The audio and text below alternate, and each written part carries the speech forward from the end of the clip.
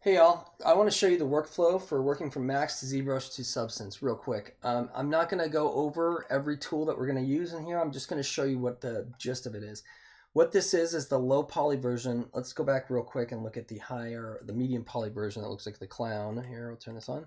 There's my medium one. That's what I exported into ZBrush so I can have all my edges saved up. I'm going to hide that, go back to here, clean. Here's my clean one. The only thing this is it's a little bit lower. It should have been more. I could have fight with it for a while, but it's fine. It's only 1200 or 1600 poly, so it's more than good enough. I could have probably left it at medium, but I just figured I should do it. And then I came in and I unwrapped it in a pretty decent way. I'm going to take this object, export it out, export, selected, and I'm going to say export the lowish, unwrapped lowish, just so I know what it is. Okay, kick that out, come back out here. Then I'm going to go to ZBrush. Now this is the high res one that we sculpted last week. I showed you on Wednesday. This is the one I sculpted from the high res model. If we look at it, over here I have two versions, and that's for a different part of the lesson, but we're not going to do it today. If I look at this, it's high res, super high res. It's 2 million poly. So what I need to do is I need to take this high res one, and this will be my final export. I do want to show you one more thing just for workflow purposes. So the other thing about workflow is that even if you have all this stuff done, like these pieces right here, they look like crap, right? They look like they get lost. So that's when you say, okay, what do I need to do? I'm going to come in here. I'm going to get rid of this real quick. And I'm going to import in or build my own version of those inside of here. I'm only going to do one to show you, or just the basic forms to give you an idea. Because a lot of you are confused about, how you lose this detail when you do it. That's okay. It's really okay, because really all we need is a model that's usable, that is a high res. So here's the deal. We'll take this, we'll say insert, and I've made a polymesh 3D out of a cylinder, and I'll throw the cylinder in there, and then I'll scale it down. I have to zoom out here for a second. Scale it down until we get to the size we want. This is exactly opposite of what I was talking about in modeling in ZBrush and Max. And then I'm going to rotate it, and I'll show you what I mean in a second. I'll hold shift and it'll snap. Turn it sideways. I'm going to turn on the transparent real quick, move it down, get it to where I want it, scale it some more, just to the height. And probably what I'll do is I will match it over here just to get an idea. I probably would do both, by the way. And then I'll say, okay, that's about right, and I'll pull it out from the center. So I'll go to the middle here, pull it out. All I need to be is popping off there. I guess I wasn't in the center. Here. It's always something. Okay, I wouldn't leave the other one there. I'm just doing it for the sake of doing it now. I also need to make sure this is a little bit more. I want to divide this up, and if I do that, it's going to do that. I don't want that. I'm going to do something that we're going to talk about possibly next semester or possibly this semester, depending on where we are. But for now, I'm just going to do it so I can get what we want. I'm going to come here. Oops, that's what I wanted. On the wrong thing. I usually have a shortcut for this, but outside. There we go. I'm just gonna give it a couple of edges here. All right. That way, when I divide it, I get that nice edge. I'm gonna come back to my modeler. Look at this. Turn that off, and divide it a couple more times just to get that nice smooth thing. Go back to front. To F. I mean, I'm so used to thinking Max right now. Zoom back out. I'm going to come in here, and I'm going to say, now I'm going to insert a polymesh sphere. And again, I probably have to back out because I need to scale it, F, scale it down real quick. I'm going to move this. The point is that you can do all of the detail stuff you may have lost when you disseminated it. That's totally fine. You just need to do it. And I'll turn this back on.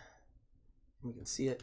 You just build the pieces back in here, and you can make these super decently high res pieces without destroying, excuse my wife making breakfast here, or making her lunch, without destroying everything you've done. So you've got all this. You go F. Look at it. It looks close enough. That's the idea. And let me go back to the other side. Now I've got this perfectly set up thing. And I could probably do it for these pieces too. I could have, before I did all this sculpting, I could have put these back in by hand. It would have looked better. But for now, we're just going to leave it like this. I just wanted to make you understand the workflow. Okay, so the next thing I'm going to do is I'm going to collapse these pieces onto each other. So I'm going to take this high and I'm going to say merge down, and it's going to merge the one right below it. It's going to mean a question. Yes, you just say okay. I'm going to merge down again and say okay. And then I'm going to, now I need to set this up for the high-res export. So I go disseminate master, and I come up here and decide to process. It takes a little time for this one, so I'm not going to do it. I'm going to show you the final results without this piece. I didn't put this piece in the final results. So I'm going to go to here. This is before I did that. Okay, so if you look at the final results, you'll see it's disseminated, it's all jacked up. This is something I added because it was a mistake on the last one. So I've got this all set up. It's 505K. That's not too bad. I can export this out now. What I would export this out is the high res. That's all you're doing with dissemination and down resing. It's not because I need to make it less polys because I'm going to use it or I need to unwrap it. I'm making it less polys so I can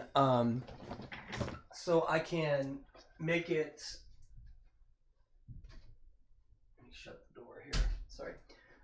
So I can use it in Substance without exploding my computer. That's basically it. It was 2 million. It really wasn't that bad, but I just wanted to explain the process here. Okay, so I'd export it. I come up to my here. I'm going to export it as FBX export the object, and I'd send it over in its Gladius high. And then I would, what I like to do is import the low res again, just in the same place. The reason I do this is so I can see they're both in the same place. They both work the same scale because there's scale issues always. If I export it straight out of here like this and I say low, I know it's going to work. Okay, so now I've got the low exported, I've got the high exported. What do? I go over to Substance, import or start a new file with the low. This is the low one. If you want to see, it looks just like we were talking about. It's all laid out exactly the same. So I've got the low one. Now I come up to my bake options and I say bake mesh maps, and I don't worry about ID, and I worry about normal only, and I change this to 2048, and I pick my Gladius high and open it, and then it's right there. And then I say bake. So basically you have this low res one from Max in this case, and you have a high res one from Zbrush. Now I did disseminate it, but disseminating it only made it less polys. It didn't change the form. You only want to disseminate in this case as low as it needs to be to make the form look beautiful. And now I have a low res text, low res object with a high res texture or high res normal map on it. This is before I put the dots in there. So I come back out, open this up, and we can throw, you know, one of my favorites. We can throw Iron Rough on there and see it looks okay. I'm not real crazy about how shiny it is. Come to Smart Materials, we'll throw my other favorite. We'll throw Yellow Scratches. Let's try that one, which is not yellow, but it's mine. And we can see all that detail that we sculpted in is actually there. And we can come in and do whatever we need to do. That's the super cool thing, right? We've got this all set up now. It's exactly from the cuts we made. And if we look at it here somewhere,